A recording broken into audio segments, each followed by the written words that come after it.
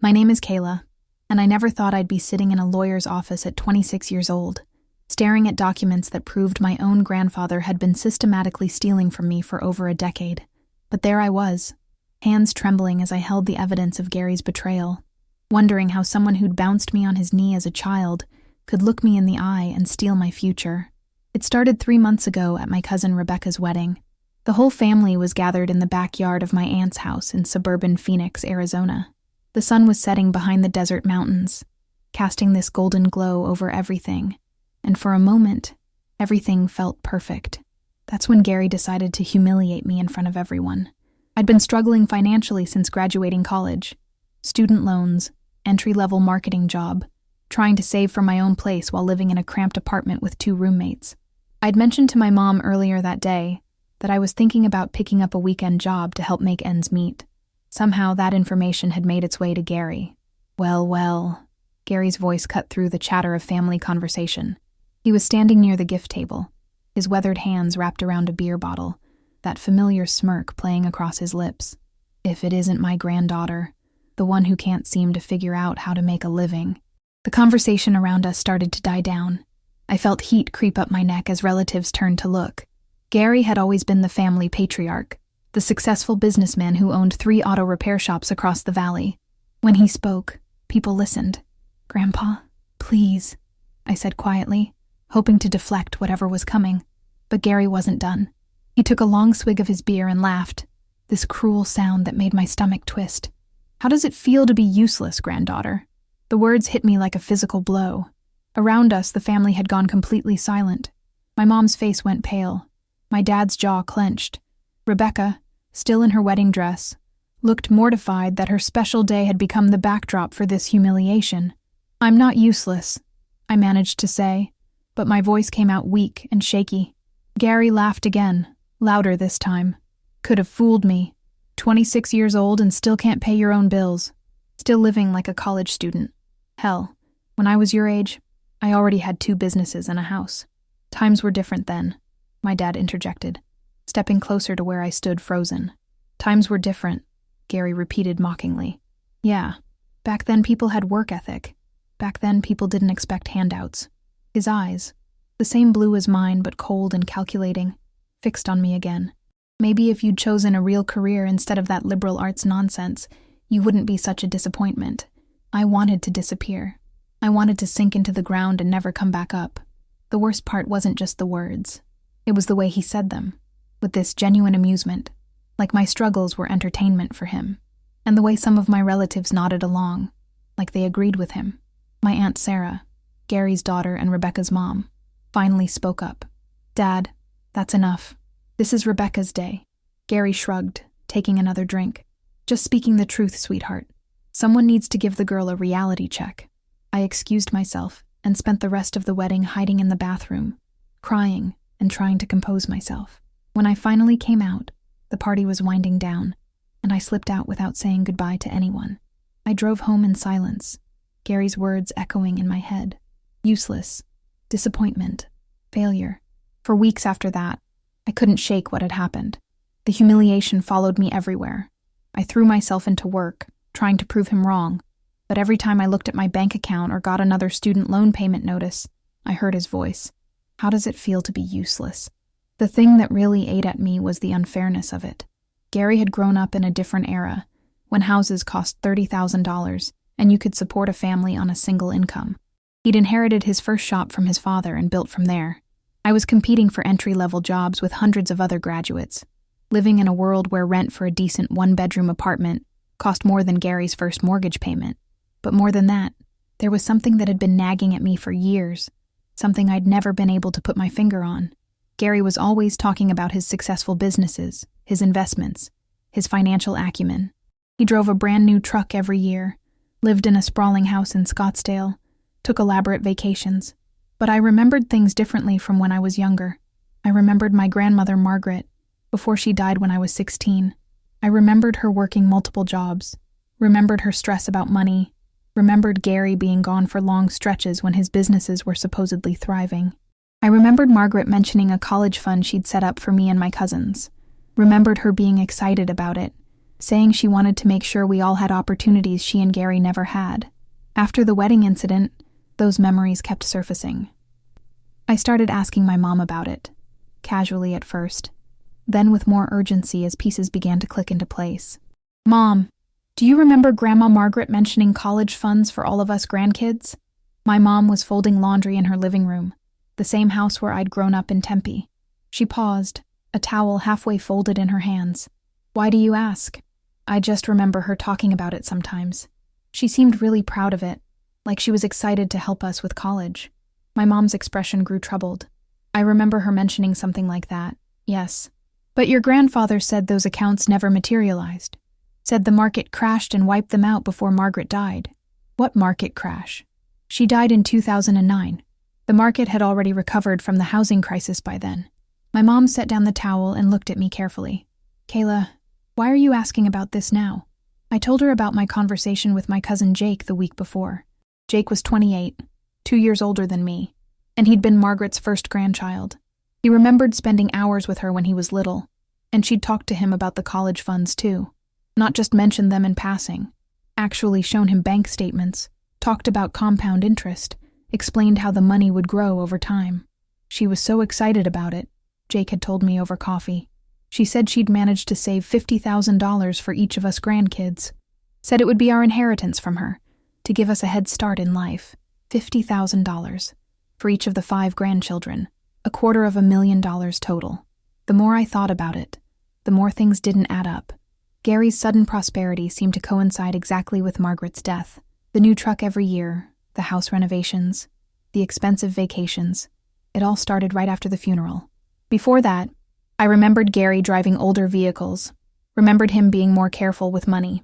I decided to do some digging. I started with what should have been simple: the probate records from Margaret's estate. In Arizona, probate records are public information, available at the county courthouse. I took a day off work and drove downtown to the Maricopa County Courthouse. What I found there made my blood run cold. According to the official probate documents, Margaret had died with assets totaling $738,000. The breakdown included the house they'd shared, valued at $400,000, their joint bank accounts totaling $52,000, and investment accounts in her name totaling $286,000. But here's what made my hands shake as I read. There was no mention of the college funds, not anywhere in the documents. Instead, there was a single notation that Margaret had liquidated several investment accounts in the months before her death, with the proceeds, exactly $250,000, being transferred to joint accounts with Gary. I sat in that sterile courthouse corridor, fluorescent lights buzzing overhead, staring at documents that suggested my grandmother had cashed out what could only have been our college funds. But why would she do that? Jake remembered her being excited about those accounts just months before she died. She'd been talking about how much they'd grown, how proud she was to be able to help us. I photocopied everything and drove home in a daze. That night, I couldn't sleep. I kept thinking about Margaret's last few months, trying to remember if she'd seemed different, if there had been signs that she was making major financial decisions. But she'd been sick then, in and out of the hospital with the lung cancer that eventually killed her. She'd been on pain medication, often confused, relying heavily on Gary to handle their affairs. The next day, I called Jake and told him what I'd found. He was quiet for a long time after I finished explaining. "Kayla," he said finally, "I think we need to talk to my mom." Jake's mom was Linda, Gary's oldest daughter. She'd been the one Margaret was closest to among the adult children, the one who'd helped coordinate Margaret's care during her illness. If anyone would know what had really happened with those accounts, it would be Linda. We met Linda at a diner in Mesa the following weekend. She looked tired, older than her 53 years, and I could tell she'd been dreading this conversation. Jake had called her ahead of time, told her we had questions about Margaret's estate.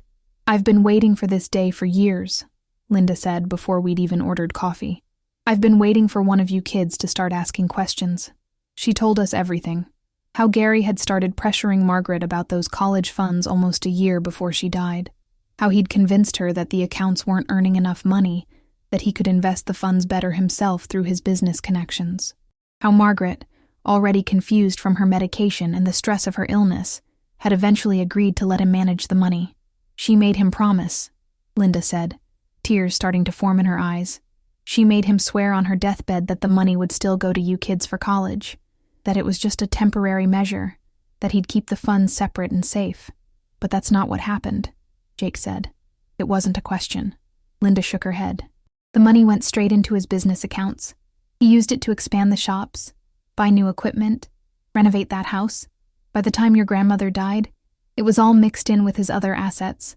There was no way to separate it out again. Why didn't you say anything? I asked, though I tried to keep the accusation out of my voice. I tried, Linda said fiercely. I fought with him about it for months after the funeral, but he kept saying the investments were doing well, that we'd all get more money in the long run. He had spreadsheets, projections, all these numbers showing how much the funds would be worth if left in his businesses. He made it sound like he was doing you all a favor. And then, Jake prompted, and then years passed, and the promises kept getting pushed back. First, it was when you graduated high school, then when you finished college, then when you got married. There was always another milestone, another excuse to wait. Linda reached into her purse and pulled out a folder. I've been keeping track, she said, sliding it across the table to us. I've documented every conversation I've had with him about this, every promise he's made and broken. I know it's not legal proof, but I thought maybe someday. I opened the folder and found pages of handwritten notes, dates and times of conversations with Gary, copies of text messages where Linda had asked about the college funds, and Gary had responded with vague reassurances. There were also bank statements from Margaret's accounts that Linda had obtained during the probate process, showing the large withdrawals in Margaret's final months. There's something else, Linda said, her voice dropping to almost a whisper. He's been doing this longer than just with your grandmother's money. She told us about Gary's pattern of financial manipulation within the family, how he'd borrowed money from various relatives over the years for his business expansions, always with promises of big returns, never quite paying people back. How he'd talked my Uncle Robert into co-signing a business loan 5 years ago, then defaulted on it, ruining Robert's credit. How he'd convinced my Aunt Patricia to invest her divorce settlement in one of his shops, then claimed the business had failed even though the shop was still operating under a different name. Your grandfather is very good at making people feel like they owe him something, Linda said. He's good at making his financial problems sound like opportunities for everyone else, and he's especially good at targeting family members who are vulnerable, widowed, divorced, young, sick. I thought about Margaret, sick and confused in her final months, trusting her husband to handle their finances. I thought about Robert, struggling after his own divorce and desperate for a business opportunity. I thought about Patricia, starting over after 30 years of marriage and looking for ways to secure her future. I thought about myself, 26 and struggling, being called useless by the man who had stolen my financial future. We have to do something about this, I said. Like what? Jake asked. It's been 8 years since Grandma died. The statute of limitations has probably run out on anything criminal. And civilly, how do we prove that money was specifically meant for us when it was all in their joint accounts? But Linda was shaking her head. There might be a way, she said slowly. Patricia mentioned something to me a few months ago. She said she'd been going through some old papers from when she invested with Dad, and she found something that bothered her. She might have more information than we realize. We called Patricia that afternoon.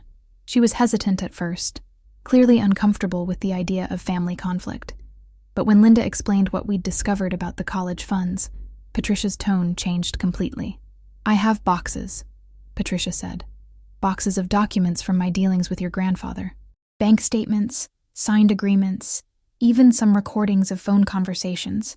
I kept everything because something felt wrong about how he was handling my money, and I wanted to protect myself.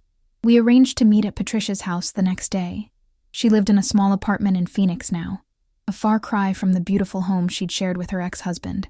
The boxes she showed us were meticulously organized, labeled by date and type of document. Your grandfather convinced me to invest $80,000 with him in 2018, Patricia explained, as she pulled files from the boxes. He said he was buying new diagnostic equipment for the shops, and that I'd get a 20% return on my investment within 2 years. She showed us the written agreement Gary had signed, promising the 20% return and outlining how the investment would work. Then she showed us bank statements proving she'd transferred the money to accounts he controlled. Here's the interesting part, Patricia said, pulling out another file. I got suspicious when he kept delaying my payments, so I started doing some research. I looked up the suppliers he claimed to be buying equipment from, checked business registration records, even drove by the shops to see if there was actually new equipment being installed. What Patricia had discovered was that Gary had been running what amounted to a Ponzi scheme within our own family. The equipment purchases he described to Patricia had never happened. Instead, he'd used her money to pay back earlier investors, including some of the money he owed to Robert from the failed loan. When new family members invested with him, their money went to pay returns to previous investors, while Gary skimmed off the top to fund his lifestyle. But the most important thing, Patricia said, reaching for a small digital recorder, is this. She'd recorded a phone conversation with Gary from 6 months ago, when she'd pressed him about her missing returns. On the recording, Gary's voice was clear and unmistakable, as he talked about how he'd been moving money between different family investments for years. The college fund money was the biggest pot. His voice came through the tiny speaker. When Margaret signed those accounts over to me, it gave me the liquidity I needed to keep all the other deals floating. Without that $250,000, the whole thing would have collapsed years earlier. My hands were shaking as I listened to my grandfather casually admit to stealing money that had been specifically set aside for my education and future, but he wasn't done. The kids don't need to know where the money originally came from, Gary continued on the recording. They're not entitled to anything anyway. I built those businesses with my own sweat and blood. If Margaret wanted to leave money to the grandkids, she should have put it in a trust or something official. Patricia stopped the recording. The apartment was completely silent except for the hum of the air conditioning unit in the window. How much do you think he's stolen from the family over the years?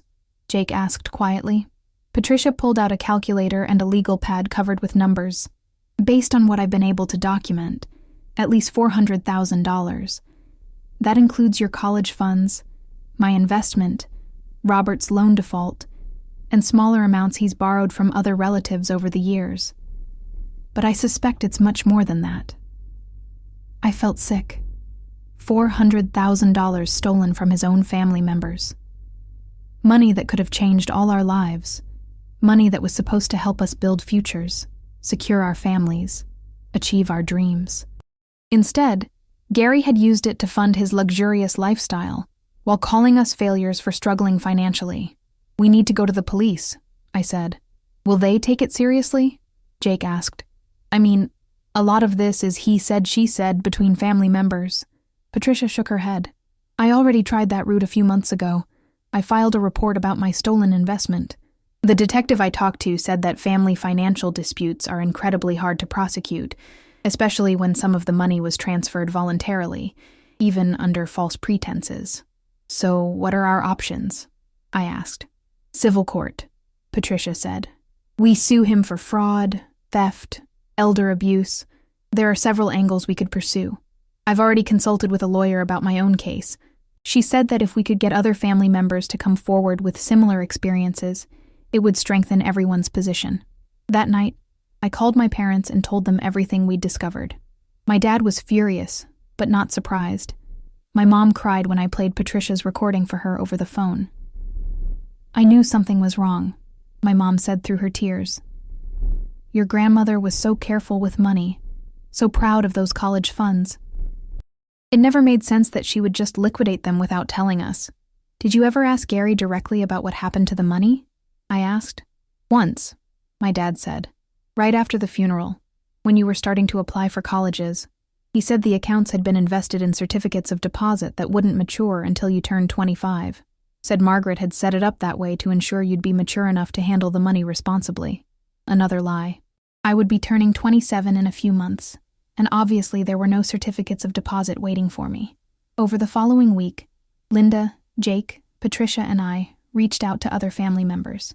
We discovered that Gary's financial manipulation had been even more extensive than we'd realized. My cousin Sarah, Linda's daughter, had given Gary $10,000 3 years ago when he claimed he needed bridge financing for a business expansion.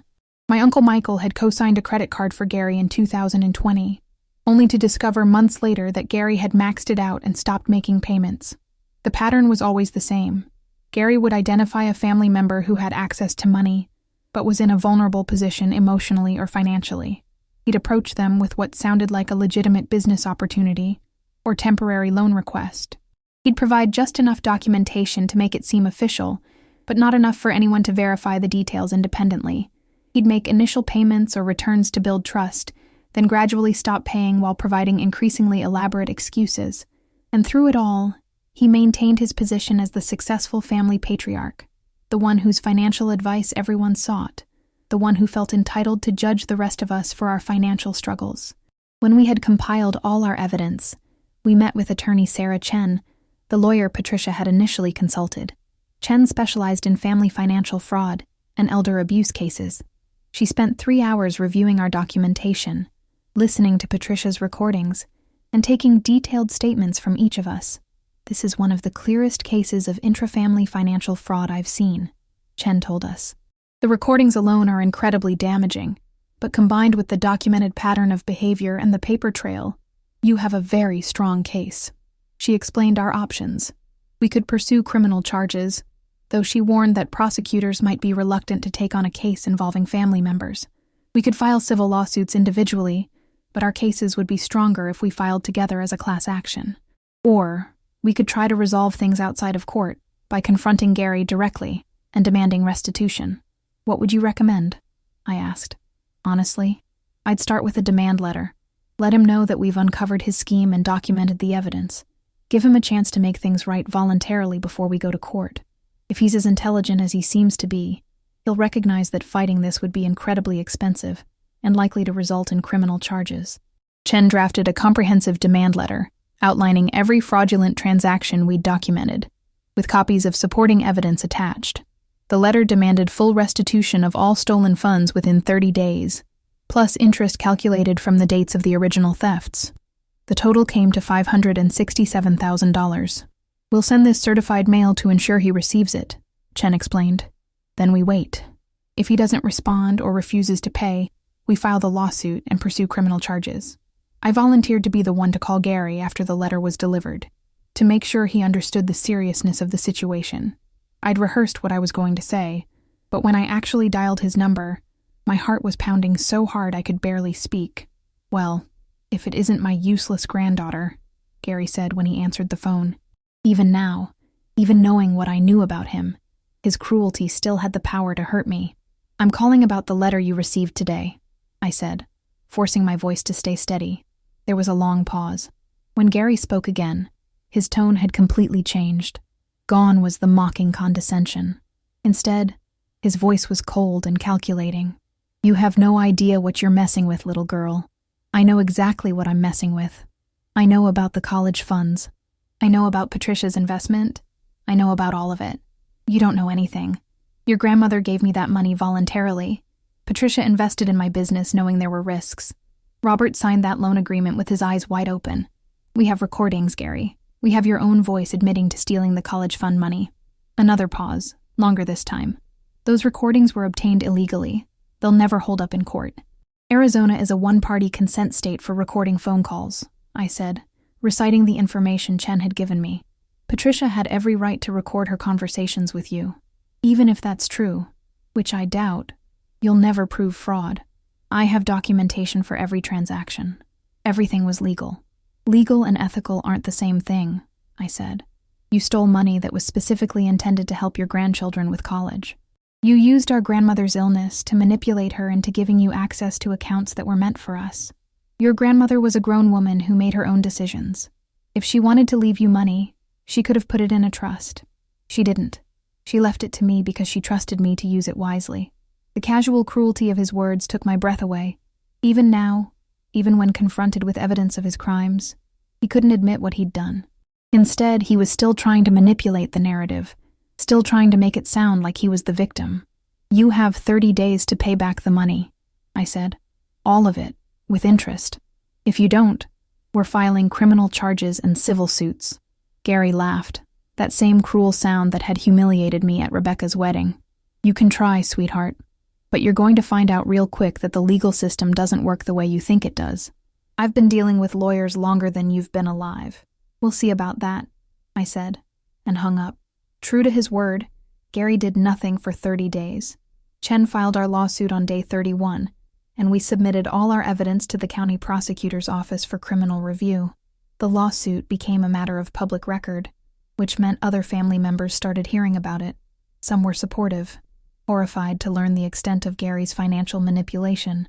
Others were angry with us for airing family business and potentially damaging Gary's businesses. My Uncle Tom, Gary's youngest son, called me 2 weeks after we filed. "You need to drop this lawsuit," Tom said without preamble. "Why would I do that?" "Because you're going to destroy the family. Dad's businesses employ 12 people. If you bankrupt him, those people lose their jobs. His reputation in the community will be ruined. Is your revenge really worth all that?" "This isn't revenge," I said. "It's justice. And maybe if Gary had thought about those consequences before he started stealing from his own family, we wouldn't be in this situation. He's an old man, Kayla. He made some mistakes, but he doesn't deserve to lose everything. What about what we lost? What about the education I could have had without crushing student loan debt? What about Patricia's retirement security? What about Margaret's wishes being completely ignored?" But Tom wasn't interested in hearing about any of that. Like so many family members, he was more concerned with protecting Gary's reputation than addressing his victims. The preliminary hearing was scheduled for 3 months later. In the meantime, Chen worked with a forensic accountant to trace the movement of money through Gary's various business accounts. What they discovered was even worse than we'd initially thought. Not only had Gary stolen the funds we'd already identified, but he'd been using those funds as collateral for business loans, effectively leveraging our money to borrow even more money for his personal use. When his businesses struggled, he'd defaulted on those loans, meaning our stolen funds had been lost forever. The forensic accountant estimated that Gary had used approximately $300,000 of family money as collateral for loans totaling over $1.2 million. When those loans defaulted, the collateral was forfeited to the banks. So even if he wanted to pay us back, he might not have the liquid assets to do it, Jake said, when Chen explained the findings. "That's correct," Chen replied. "However, he does have significant equity in his home and business properties. We can force the sale of those assets if necessary." The night before our preliminary hearing, I couldn't sleep. I kept thinking about Margaret, about how proud she'd been of those college funds, how excited she'd been to help secure our futures. I thought about all the opportunities I'd missed because I'd been struggling financially. I thought about the humiliation Gary had put me through, calling me useless when he was the one who had stolen my chances at financial stability. But I also thought about Tom's words, about the employees who might lose their jobs, about the family relationships that were being destroyed by this conflict. I wondered if Margaret would have wanted this, if she would have approved of the family being torn apart over money. Then I remembered Patricia's recording, Gary's casual admission that he'd stolen our college fund money, and his dismissive comment that we weren't entitled to anything anyway. I remembered him laughing at Rebecca's wedding when he called me useless. I remembered the years of struggling with student loans and entry-level jobs, while he lived luxuriously on money that should have been mine. Margaret would have wanted justice. She would have wanted her wishes respected. She would have wanted her grandchildren to have the opportunities she'd worked so hard to provide for us. The preliminary hearing was everything I'd expected, and nothing like I'd prepared for. Gary showed up with his own lawyer, an expensive-looking man in a perfectly tailored suit. Gary himself looked older than I'd seen him before, more frail, but his eyes still held that cold calculation I remembered. When he saw me in the courtroom, he shook his head and muttered something to his lawyer. I couldn't hear what he said, but the contemptuous look on his face told me everything I needed to know. Even now, even facing the possibility of criminal charges, he still saw me as the useless granddaughter who didn't deserve respect. The hearing itself was mostly procedural. Both sides presented their basic arguments, and the judge scheduled a trial date 6 months in the future. But as we were leaving the courthouse, Gary's lawyer approached Chen. "My client is interested in discussing a settlement," the lawyer said. We met the following week in Chen's office. Gary sat across from us, flanked by his lawyer, while our side of the table included me, Jake, Patricia, Linda, and Chen. The tension in the room was thick enough to cut. Gary's lawyer opened with an offer of $150,000 to settle all claims. "That's less than half of what he stole just from the college funds," I said. "My client disputes the characterization of these transactions as theft," the lawyer replied smoothly. "However, in the interest of avoiding protracted litigation and preserving family relationships, he's willing to make a substantial payment to resolve these matters." "Not good enough," Chen said. "Our demand remains the same. Full restitution plus interest." Gary spoke for the first time since we'd sat down. "You're being unreasonable. I don't have that kind of liquid cash. You'll bankrupt me and still not get your money. Then you should have thought of that before you stole from your own family, Patricia said sharply. Gary's eyes flashed with anger. I didn't steal anything. I made investments with money that your grandmother entrusted to me. Some investments pay off, some don't. That's the risk you take. Except you never told us we were taking any risks, I said. You told us that money was safe, that it was growing for our futures. You lied to us for years.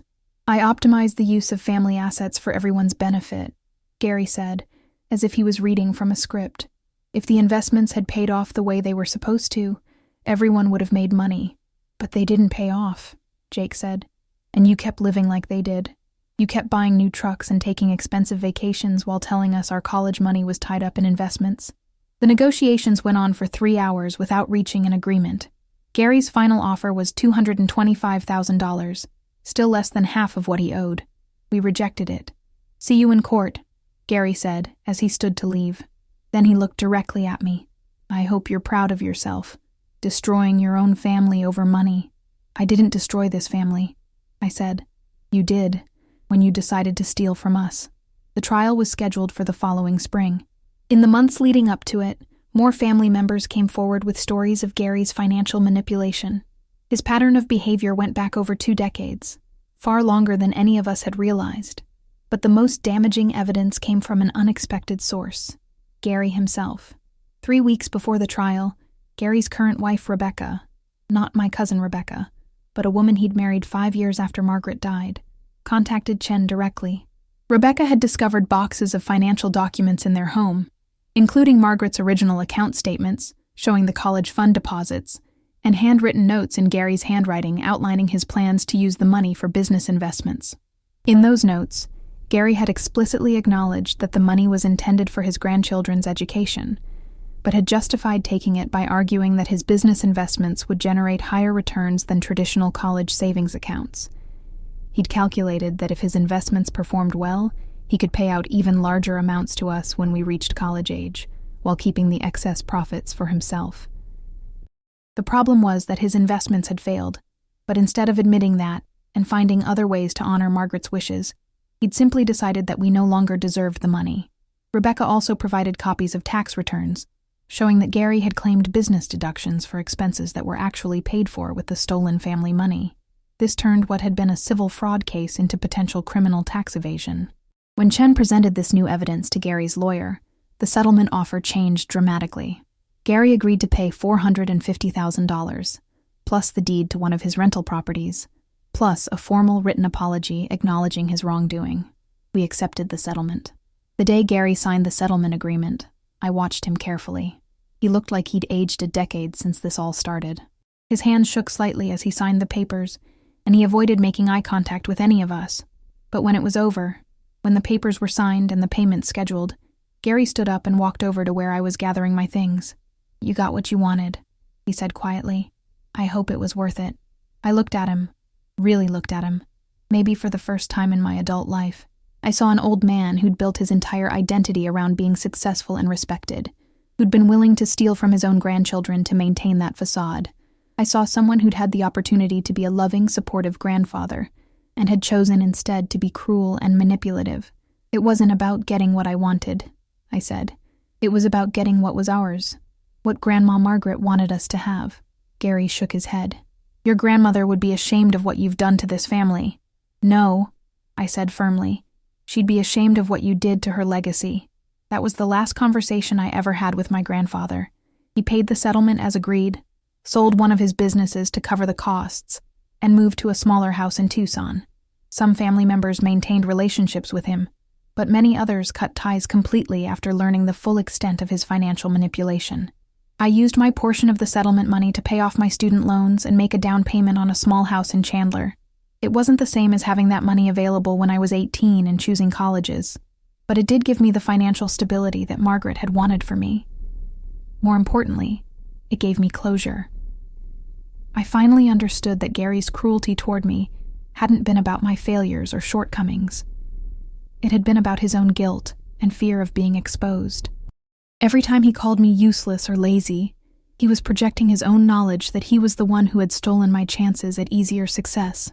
The hardest part of the whole experience was realizing how much time I'd wasted believing Gary's assessment of me. How many opportunities I'd passed up because I thought I wasn't good enough. How much energy I'd spent trying to prove my worth to someone who had never intended to acknowledge it. But there was also something liberating about finally understanding the truth. All those years of feeling like I was failing at life, like I couldn't measure up to Gary's expectations or success. Now I knew that the game had been rigged from the beginning. Gary hadn't succeeded because he was smarter or harder working than the rest of us. He'd succeeded because he'd been willing to steal from his own family. 6 months after the settlement, I ran into Gary at a grocery store in Phoenix. He was alone, looking smaller and more frail than I'd ever seen him. For a moment, we just stared at each other across the produce section. Then he turned and walked away without saying a word. I felt a mix of emotions watching him go. Sadness for the relationship we'd never had. Relief that I no longer had to carry the weight of his disapproval. And something that might have been pity for an old man who destroyed his own family for money he hadn't even been able to keep. But mostly, I felt free. Free from the burden of trying to prove my worth to someone who had never intended to see it. Free from the shame of financial struggles that had never been entirely my fault. Free to build the life that Margaret had wanted for me, funded by the money she'd worked so hard to save. I still think about her sometimes. About the college fund she'd been so proud of. About the opportunities she'd dreamed of giving us. I think about how excited she would have been to see me graduate debt-free, to see me buy my own home, to see me finally stable and successful. And I think about Gary, about the choice he'd made to steal from us instead of supporting us, about the grandfather he could have been if he'd chosen love over greed. In the end, we did get justice. We got our money back, and Gary faced consequences for his actions. But the real victory wasn't financial. The real victory was learning the truth, understanding that his cruelty had never been about us, and finally being free to build lives without the weight of his stolen legacy. Do you think I was right to pursue legal action against my grandfather, even though it tore our family apart? Please subscribe to hear more stories about family conflicts and financial betrayal. Let me know in the comments what city or country you're watching from, and thank you for listening to my story.